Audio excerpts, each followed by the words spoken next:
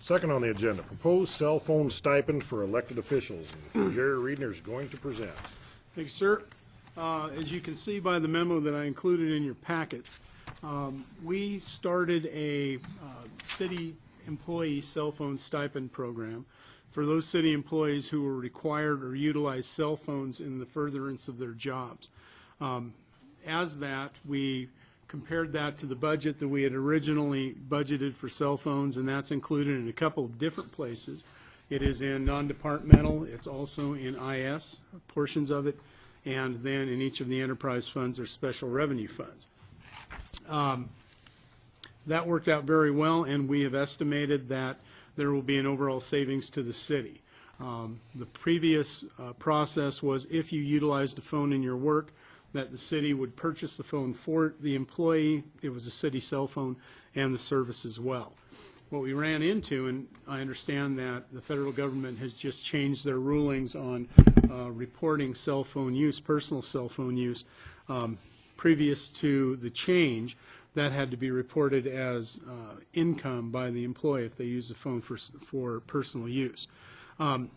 At any rate, there will be fairly significant savings to the city by the stipend. The stipend is paid as a portion. It's paid through the payroll system. So the stipend is $25 if your job requires you to have voice access, and an additional $25 per month if you require data access, email, calendar, that sort of thing. As I indicated, the budget impact is less than what was budgeted for that, and provides an opportunity to at least discuss the policy, whether that policy gets extended to elected officials. As you know, a lot of elected officials use their phones for the furtherance of city businesses as well, and some of them take their email on the city cell phone, or excuse me, on their cell phones, so on and so forth. So we've done a budget analysis, and we are able to fiscally proceed with offering that same program to elected officials. Just wanted to bring it out, receive some inquiries, and just indicate to you that under our current budget there is sufficient funding to proceed in that program if the council would like. So I would open that up for council discussion and direction. Tom. So by data, you're not referring to text kind of stuff. You're referring to email. Yeah, it's usually The more sophisticated phones. Yeah, the way it works, and maybe I should go Not into like it. mine. That's Yeah, a little deeper. Usually when you buy a data package, it includes texts, it includes email access, access for internet browsing and that sort of thing. Email is typically what it's used for, although we found that in some of our departments, notably Parks and Rec, Public Works, that text messaging actually helps them to line out jobs, that sort of thing, so they've been using that. Under this program, if the stipend is, and it's up to the employee under our current employee program, an employee can choose not to accept the stipend. They can choose to continue with the city-issued cell phone. They are restricted, however, to only in emergency situations using it for personal use. If you accept the stipend, then you are required to use the phone for city purposes. The phone number will be shared with city personnel so that people can use it, and they can use it for city business. But the package that the individual chooses to purchase, if they get voice only, then they're required to have cell phone access. If they are required to have data access, then they are required to accept email and that sort of thing on it as well. So they're free to choose whatever program they have. It also takes care of some of the issues we have that the city in the past has utilized. Mainly Sprint was the service that provided us the best deal. However, they don't have great coverage in certain areas, so we had a couple of inland cells, we had a couple of AT&Ts as well. By going to the stipend system, the employee can choose the service that gives he or she the best coverage, and it's worked out very well so far. Tom. Do they just fill out a form monthly, or do they just have something, It's kind of a plan that's set, and then they just Yeah, they're just free carries to on. go get their own plan. Typically, those plans take a 2-year commitment. The employee themselves are responsible for purchase of the cell phone, and of course, a data phone runs you anywhere, depending on the service, from $100 to $400, $500. So, yeah, they can purchase what they want. They merely need to have that access. Walter. As I understand it, this is not about cell phone stipend or cell phones provided to employees. This question here has to do with city council and the mayor. Exactly. Including the mayor. One of the first questions that comes to my mind, I have my own cell phone. I have my own, it is a smartphone. I get city emails on it and so forth, as well as my business, my personal, and other stuff. If we were to do this, and I'm going to have to, Randy, I'm anticipating your question, and I'm okay, prepared to answer it. would you please answer it? Yes, if you receive city emails, those city emails go through the city server. As you recall, about a year and a half, 2 years ago, there was an issue about council receiving city-related emails on their private email services, and whether those were documents subject to public disclosure in a proper Freedom of Information Act request. If you receive a city email or respond to a city email in your city email account, that email is contained on the city's server. So it is always, Subject to. yeah, and any city email is subject to a public information request within certain boundaries that Randy can comment on. As far as city telephone calls are not subject to Freedom of Information Act requests. They are, you need a court order essentially, or one of the parties has the ability in the state of Idaho to record if they so desire. So what it does is your city-related emails remain with the city servers. Any other service that you choose to have is not subject to public disclosure. So personal emails between me and my grandchildren, or my wife and I, and whatever, if I were to accept and the council would agree to pay the stipend to city council and mayor, would not open those types of things up to either public information or scrutiny. I'll ask for Randy's input, but my understanding is if they are not relating to city business and they are not maintained on the city server, then they are personal to you. Correct me if I'm wrong, Mr. The last Platt. statement was correct. The reason I came up is that I think it's important for you to understand that the city, if there's something on a private email that the city is not the custodian of, the city would answer that they are not the custodian of that record. It may be public, but it's not the city's responsibility to be the custodian and answer that request by producing the document. It is possible that if you had an email that a court believed was related to public business, that you could receive personally a request for that document and would have to give it up under the Idaho Public Records Law. So I just don't want you to mistake what we're saying. So if it's on the city server or becomes part of the city's custodial care, then somebody making a public records request to the city would generate that document. We'd give it up unless there was a specific exemption. But if you two, for example, just an example, if Walter gave an email to Dan and you were talking about a vote coming up and you had some information there that you were basing your decision on, it's possible that if Walter got a request for a public record, that somebody would think that that would be disclosable. So it just wouldn't be the city answering the Well, question.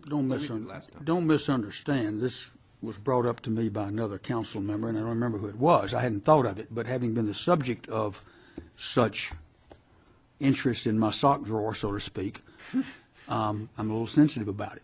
I guess the easier question, Randy, is taking the stipend open, would it open up the city council and or mayor to any different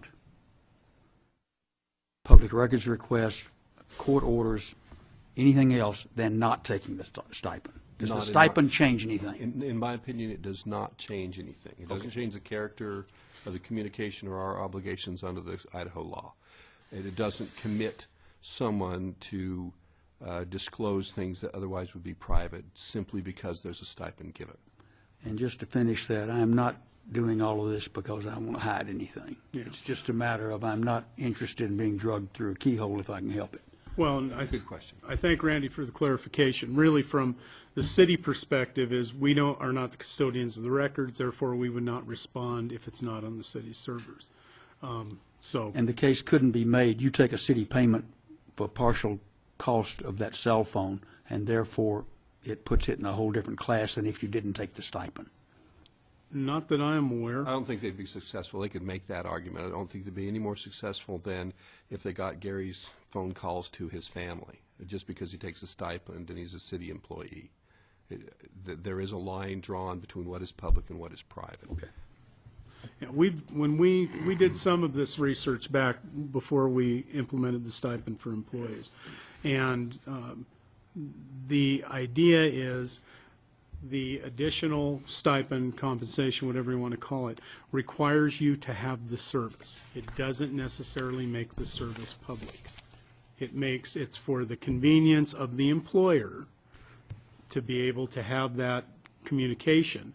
And all city communications by email are, as we talked about a year and a half ago, was that you're recommended for city business to utilize the city email. That way, there's no question about it. Tom? It sounds like what the stipend allows is the employer to be able to have access to the employee on that piece of equipment. Yes. It's just basically a way to ensure that there's an open line of communication, Well, whether it's phone or phone and data. Yeah, if I may, it's the same concept, I guess. When back before email was pretty ubiquitous, the city would pay for regular phone line email access for city council members. And the reason was that people were starting to use email quite a bit. Hardly anybody utilizes that anymore because most people have email anyway. And since we started having access to city accounts for elected officials as well, everybody who works for the city or is an elected official has that city email account. Now, there is a little bit, as you know, there are restrictions on council compensation. Council compensation can only be changed every 2 years, just in the months prior to an election, not taking effect till after the election, or the January 1st after the election. With city employees, we were able to just say, okay, if you take the stipend, it will just be added to your compensation. You pay taxes on it, there's no question. With council members, it would be a reimbursement request, similar to a travel reimbursement. So if you were getting phone and data, then you would put in a reimbursement every month for the $50, call it a stipend.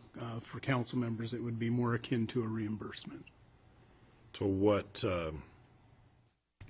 and I don't know if this is the place for it, but what sort of paperwork other than the reimbursement form? A copy of the bill every month or? No. Or just us filling out a reimbursement? Remember, it's for the access. So as long as there is access to your cell phone by the city, and if you're on data, we have data access, the city has data access, we just confirm. What happens is you will submit a reimbursement request that is for phone and or data reimbursement. I think it's appropriate. I mean, if city employees, department heads, Gary, are carrying their own personal cell phones that they do city business on and are reimbursed for it, I mean, the city council people not only put in an unbelievable amount of time in this job, and nobody's complaining, but we also do a lot of cost out of our pocket that we don't ever ask for reimbursement. I mean, we run back and forth across town to meetings. We never ask for at least I don't, for the local gas. Now, if I make a trip to Spokane to a city-related meeting, I'll ask for that. But we do other things. We meet with people. We buy lunch with people sometimes because it's, the right thing to do at the time. It's not a reimbursable. I think the phone thing is a reasonable reimbursement. It appears from the memo that there's room in the budget. There's no change in the, no change needed in the budget Yeah, itself. there wouldn't be a negative budget impact. There is sufficient, our estimate is there is sufficient room under the budgeted numbers to make it. Yeah, initially, when I was reading through the memo, I saw if all 7 elected officials receive the $50 stipend, the final impact would be an increased expenditure of $4,200. But then I go down in your chart, and that is still before, in your total. Yes. Where there's a net savings of $1,375. The only I guess, thing that we're somewhat cautious about, and we've taken this into consideration, is that same line item also pays for long-distance service, but as our experience has shown, we should be fine with that as well. And in fact, making phone calls, most people on their cell phones have unlimited long-distance anyway. We find that people are using that as well. So that'll actually cut down on the cost. Good. And actually, it would be less than the 4,200 because Tom doesn't have a data phone. So Yeah, I've got this Yeah. cheapy. he's got the cheapy cheapy voice-only phone, so it wouldn't be the full amount. The other thing is, if you find yourself in trouble, you could certainly ask, or maybe you can do it administratively, move over into the legislative reserve to cover some of it if push came to wanting to stay in the budget on a line item. Yeah, if there had not been sufficient capacity in the budget appropriation, then we would have brought this to you, and the means of funding would be through non-prioritized projects. But we found capacity, and we think it'll work. Tom? I had a VoIP question, which isn't, maybe it's related. How's that working for the city? We started that up a year or 2 years ago. And Very well. In fact, I will set that for a report to this committee. Okay. We've realized the savings from our voice over IP. Yep. It's worked out very well. As you may recall, we brought council a request, it's been Almost months 2 years, ago, about extending that voice over IP service to the county offices that are currently being utilized in the federal building. So I'll get a report in front of you. We can review that, but Okay, it's thanks. worked out very well for us. Thanks. Okay. Anything else on that then? What are we Looking, being asked for?